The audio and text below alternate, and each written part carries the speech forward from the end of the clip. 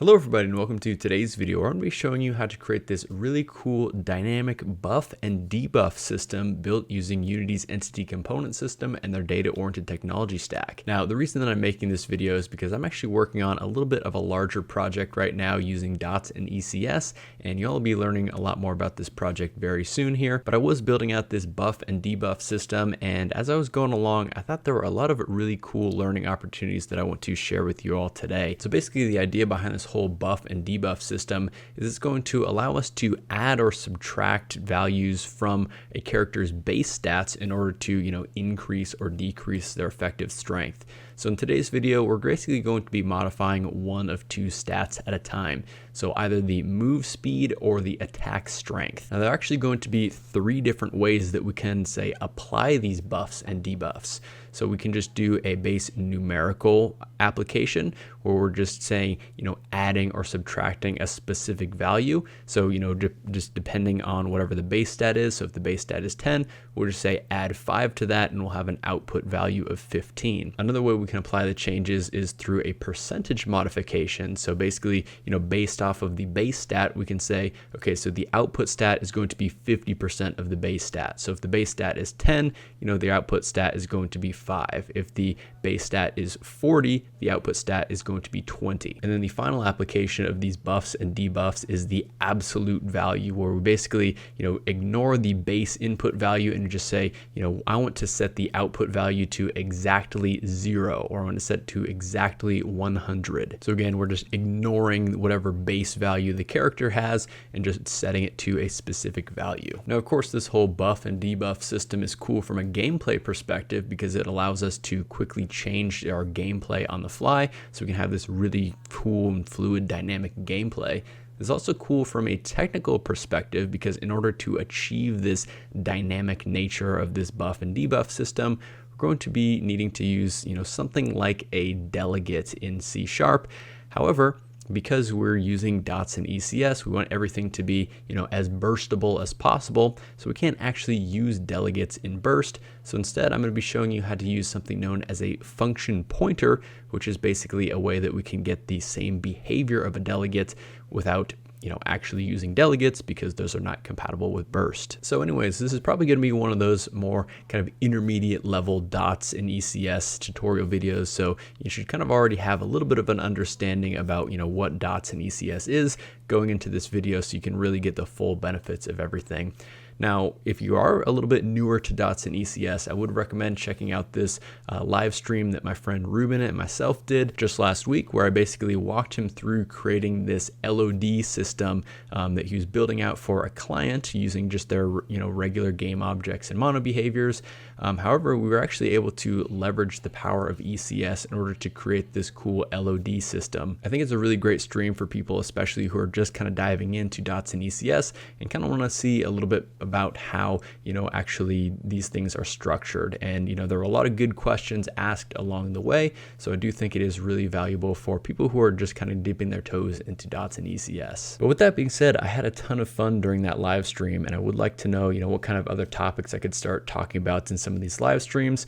So I was even thinking maybe actually building out something like this buff and debuff system over the course of one of those live streams, so we can really get into the specific details about how I built everything out, and I can answer questions along the way about why I did things the way I did. And if you do want to learn a little bit more on your own, I would highly recommend downloading the project files for this video, so that way you can open it up in Unity and you can actually pick it apart and see kind of how the whole system is set up and works and everything like that. All right, so anyways, let's just give a high level overview about the project that we're going to be going over today, so you can kind of understand about everything that's going on here. So anyways, we have two characters. There's the green character, which is our player that we can move around using A and D, and then there's the red character, which is our enemy, and of course we can attack it by pressing the space bar. So you'll see that we're doing 10 damage just by default here by pressing the space bar, and then we can also use the keys 1 through 6 to kind of modify our speed or attack. So keys 1 through 3 are going to be able to modify our speed, so you'll see that right now it's kind of going at this speed, and if we press the 1 key, we're going to add 5 to it, so it's going to be basically going at +5 over its base speed. Now then with the 2 key, it's going to go to 50% of its base speed. And then finally, we can press the 3 key, it's going to an absolute value of 0. So we can't move around at all. Even though when I'm, holding down the D key here, it's going to, stop moving until that debuff is no longer applied to our character. And then you see also we have the keys 4, 5, and 6. These are going to be our damage modifiers. So again, it does a base value of 10. However, if we do press the 4 key, we're going to get a -5 debuff, and you see we only attack it for 5 now. Press the 5 key, we're going to have a 150% buff, so now we do 15 damage to the enemy. And then finally, when we press 6, we have an absolute value of 100, and so we're going to do exactly 100 damage until the buff is no longer applied, and then we'll go back to doing 10 damage here. All right, so now I kind of want to go into how I have all the entities set up and everything like that. So we do have our player entity here. Now our player entity basically has a type of character stats attached to it, and this is basically our base character stats. Now on this base character stats, we have all the different values for all the stats that we're tracking. Again, right now we're just using speed and attack strength. However, if we had, more things like maybe, magic attack strength or some defense statistics, we can have those all inside that base class.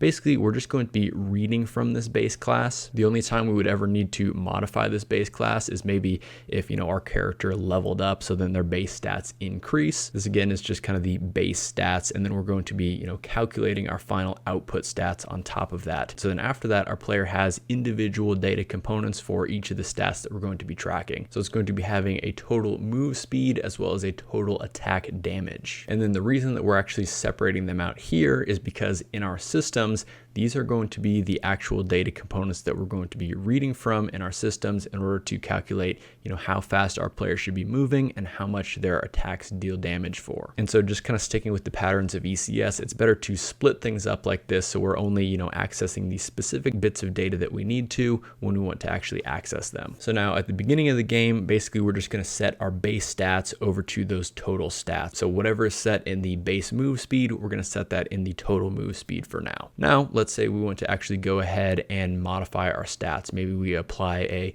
+5 move speed buff to our character. So when we do that, we're actually going to add a stat modifier to our player character. And this stat modifier has some data associated with, this buff that we're going to be applying. So first it has the type of buff. So in this case, we're just going to be determining, whether this is a speed buff or an attack damage buff. It's also going to have some information about how we want to apply this buff. Again, is this going to be a numerical buff where we're just adding or subtracting a value? Is this a percentage buff where we're changing the base value based off of a percentage? Or this is going to be an absolute buff where we're just setting it to a specific value. Next is the amount. So this is the amount of, how much we're actually modifying this by. So again, this can be like a numeric value. So like 5, we're gonna be adding 5, or, -5 for subtracting 5. This could also be, a value of like 50 if we're applying a percentage. So it's basically the value of what we're modifying our base stat by. And then finally, we also have a timer component because we only want these buffs and debuffs to last on the entity for a particular amount of time.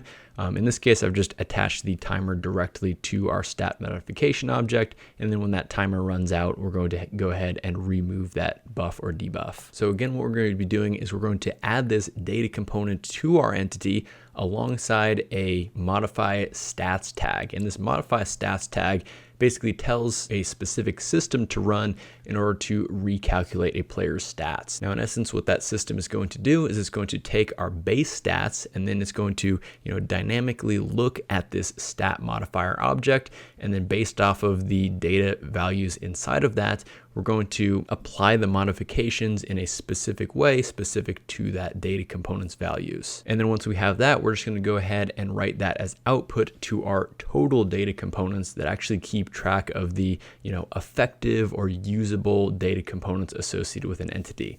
So again, this basically would be like, say, the total move speed is now how fast it actually moves. Now, once the buff or debuff has been added to our character, again, that timer is going to tick down. Once that timer reaches 0, we're going to go ahead and remove the buff or debuff, and then we're also going to add in that modify stats tag just so our modify system runs again. And it's basically just going to go ahead and reset all those total or output values to their default base values. Okay, so I'm not going to go too deep into the Unity setup right now. If you do want to see how this is all working, again, you can download the project files in the links in the description below, and then you can open it up and poke around for yourself.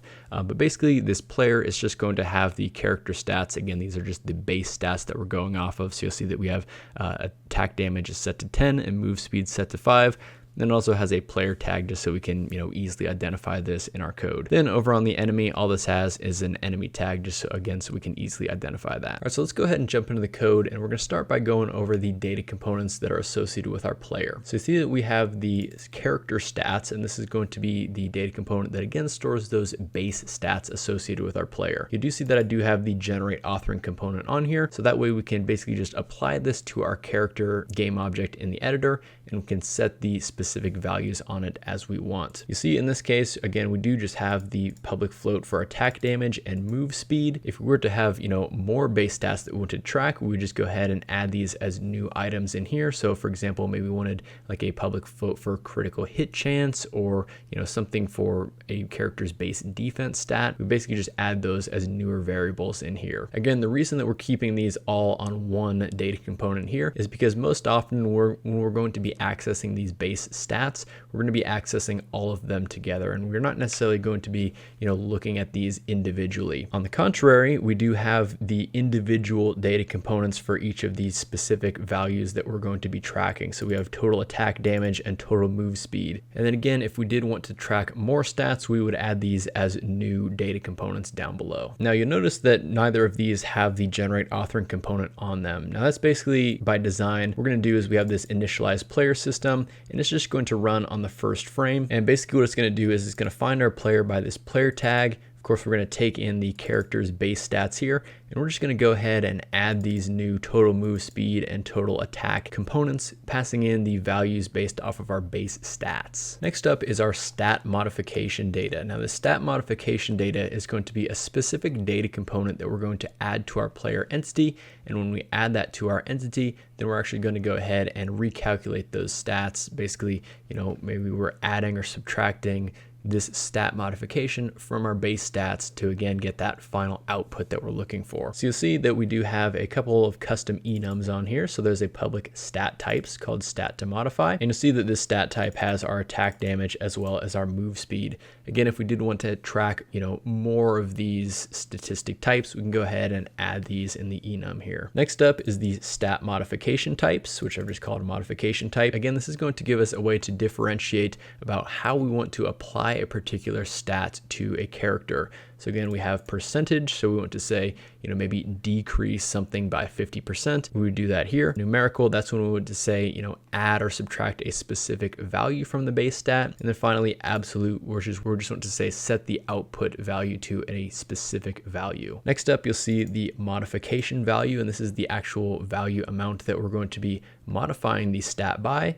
And then finally, we have a timer. Again, this is basically just going to count down. Once it reaches 0, then it's going to go ahead and remove that stat modification component from the entity, and then we can revert to our regular base stats. Also, you'll see that on the stat modification data components, I do have this public property called empty. This basically just sets everything to these default values, and this will end up being a nice little helper for us to use. And then finally, you'll see that I do just have this modify stats tag, which is basically what we're going to be adding to a particular entity when we want it to recalculate its stats. So here we can go to the add modification system, and this is basically where we're going to say create a new modification, and then we're going to add that to our player entity. So you see, basically, let me just give you a quick rundown before I show you how we're actually creating these new modifiers. But basically, we're just going to go ahead and say cur modification equal to our stat modification.empty. So this is just kind of like a basic empty one with no particular modifications on it. In this create stat region, this is where we're actually going to create a stat. I'm going to go ahead and skip over this for now. And you'll see that if our cur modification still equals to stat modification.empty, we're just going to go ahead and return out of here. Basically, the reason for this is that we don't want the rest of this stuff happening every single frame. Again, we only want this when we're actually,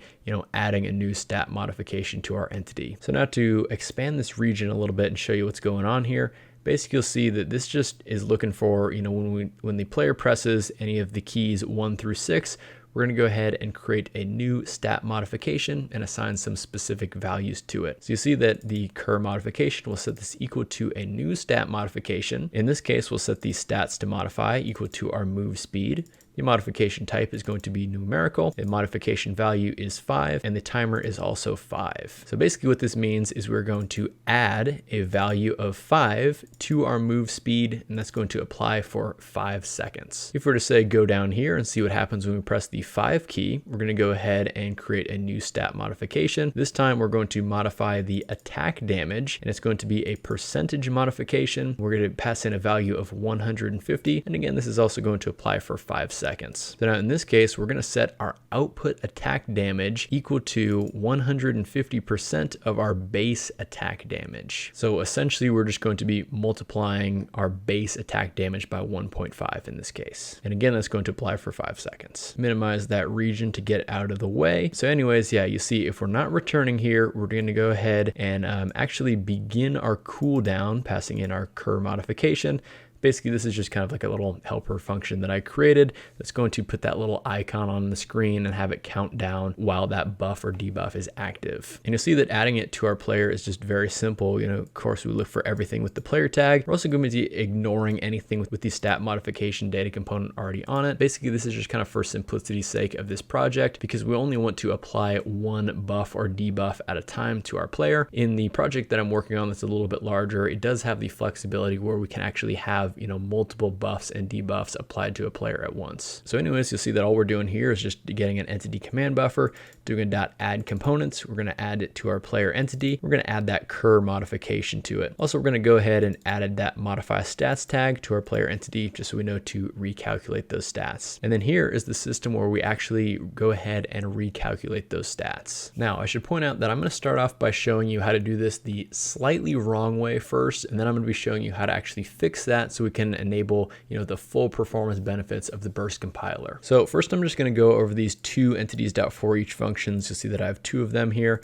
and then I'm actually going to go into some of the extension methods that I've created. You'll see that below this modify stats system I do have some of these extension methods here, but we'll get into that in just a moment. So this first entities.forEach function, this is basically when we want to say add a new modification to an entity, and we're basically taking in the base stats as well as the stat modifier that we've added, and then we're going to go ahead and do some calculations on those and apply those output components to our character entity. So you see it's looking for everything with that modify stats tag. Again, this is just a tag that tells this system to run on the player. We do this base stats.modify. This is going to be an extension method which we'll be going into. You'll see that we're going to be writing out to a new variable called modify stats, and we're passing in our stat modifier so it knows how much to modify our stats by and what types of modifications that we're doing here. So once we have that modified stats as outputs, I've created another extension method called set as total components, which basically takes in a reference to the entity command buffer, and we pass in our player entity,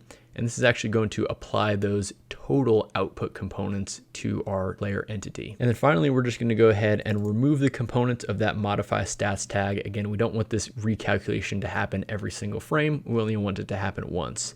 Again, you'll see that I am doing this kind of the incorrect way because I am doing this without the burst compiler, and I'll be showing you how we can actually, still do this by taking advantage of the burst compiler. The other entities.forEach is kind of similar, but a little bit more simple. It's looking for anything, again, with that modify stats tag, but it's excluding anything with the stat modification tag. This basically is going to happen when we want to basically revert a character's stats to the default stats. So, after we remove this stat modification component from our entity, we're also going to add the modify stats tag so then it knows to, essentially recalculate them, but basically all it does is it sets it back to default. So you'll see all that we're doing here is we're taking our base stats We're setting those as the total components, again, passing in a ref to our entity command buffer, and we're going to be applying that to our player entity. Okay, so I kind of breezed over these extension methods. So we're going to go into these in a little bit more detail now. So you see the first one is the base stats.modify.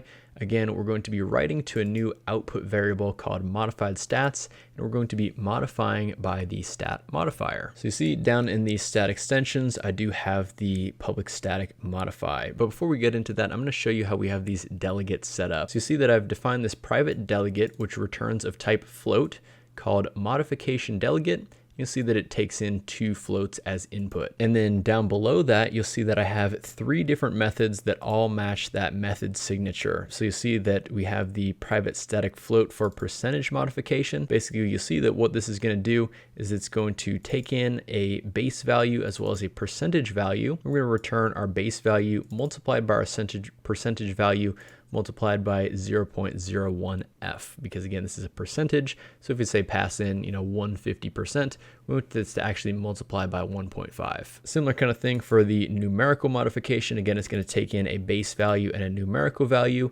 This one is a little bit simpler. It's just going to go ahead and return base value plus numerical value. Finally, we have the absolute modification. This one's easy because we take in a base value and an absolute value, and all we're actually doing is go ahead and returning the absolute value. The only reason I have this base value in here is just to match the method signature. So here is the actual modify function. You'll see that, again, this is an extension method, so we're using the this keyword, and I do have the in keyword as well, basically just because we're going to be reading from these character base stats, and we don't necessarily need to, make like a copy of them or anything. We can just reference those initial character base stats. Next up, we have our output variable, which is our character stats called modified stats. Again, this is basically going to be those, output stats that we're going to be getting as output. Finally, we have an in on the stat modification called stat mod. Again, we're basically just going to be referencing that initial stat modification from our entities.forEach function and going to be doing some calculations with our base stats, again, writing it to that output. So here you'll see that I'm using this switch expression syntax. Basically what's going on here is we're going to create a new modification delegate, which I've just called mod operation. So here we're actually going to be, selecting which operation that we're going to be implementing. So here I have the stat mod.modification type, and then the switch keyword, and then here basically we can, filter out by these different values. So if our stat modification type is set to percentage, we're going to go ahead and set the delegate to our percentage modification. Again, this is just this function up here that's actually going to calculate that percentage output. Similar thing for numerical and absolute. We're just going to, point the delegates to the proper method that they need to go to. At this point, again, we're not actually calculating anything yet. We're just saying, what operation do we want? We're going to go ahead and save this to our mod operation so that later on we can actually do the operations. Next up, I should just mention we're going to go ahead and do this modified stat, which is the one that we are going to be outputting. We're going to be setting this equal to base stats for now. And then here we're going to do another switch statement, and here we're going to be switching on the stat mod.stat to modify. So in this case, we're going to see, what type of stat we're going to be modifying. Are we modifying the attack damage, or are we modifying the move speed? And then you'll see that, for example, say we're going to be modifying the attack damage. You'll see that the modified stat, which is again that output stat, we're going to be setting the attack damage on there. We're going to be setting this equal to mod operation, which is the operation that we got up here. And then here we'll pass in the base stats attack damage, and then we pass in our modification value. So again, this is the, how much we are modifying this stat by. And then you'll see that move speed is a similar thing. We're doing basically the same thing on the modified stats.move speed. On the mod operation, we're going to pass in the base stats move speed as well as the modification value, how much we're going to be modifying it by. Now, doing this is going to actually essentially invoke one of these particular functions, and it's going to actually go ahead and run that calculation. It's going to return that as a value, and it's going to return it to our modified stats. And again, because we have this out keyword on here, that means we're going to basically receive this as output. So now we can actually read that modified stats in here after that. Now, again, this is the, semi-incorrect way to implement this. If you were familiar with C# delegates already, this might be how you want to do it initially. Which is going to work just fine. However, it's not going to take advantage of the burst compiler. And I will be showing you how to actually fix that in just a second. but I do want to go over this other extension method, which is the set as total components. You see in this first entities.forEach, we're going to be running it against the modified stats. So basically, once we have that, type of character stats, which we've called modified stats, we're actually going to go ahead and, essentially generate all the, specific data components of all the different types. And we're going to go ahead and set those to our player entity. So you see, again, this is another extension method. So we have the this and an in keyword on the character stats, because we're just going to be reading from the character stats. We have a reference to our entity command buffer called ECB. And then finally, we have a read-only reference to our character entity here. I should point out that we can't actually burst compile this particular function here. The reason is it doesn't like this reference to our entity command buffer. There may be a way to fix this, but I thought that would just be kind of out of the scope of this video. So that's fine to just leave this as not burst compiled for now, because basically all that it's doing, again, we're just going to be creating a new data components based off of, say, the character stats.attack damage, set that equal to a new total attack damage.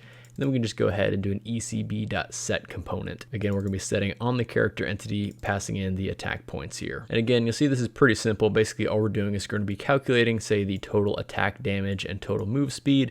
We're setting the value of each of these to that character stats.attack damage that we're getting as input. And then for here, we can just say, write it to this component. And then once we have that, we can do an ECB.set component on our character entity, passing in that attack damage or that move speed here. So anyways, we will come over to Unity, and let me just display to you that this is still working. So we can go ahead and move around.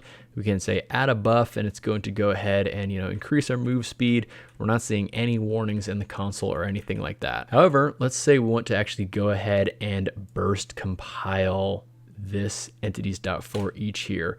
So again, when we take out that without burst, this is actually going to go ahead and essentially try to burst compile these stat extension methods that we're calling here. So now when we come over to Unity, we see that we do have a bunch of error messages in the console. However, we actually can clear those, and we can actually go ahead and run the application.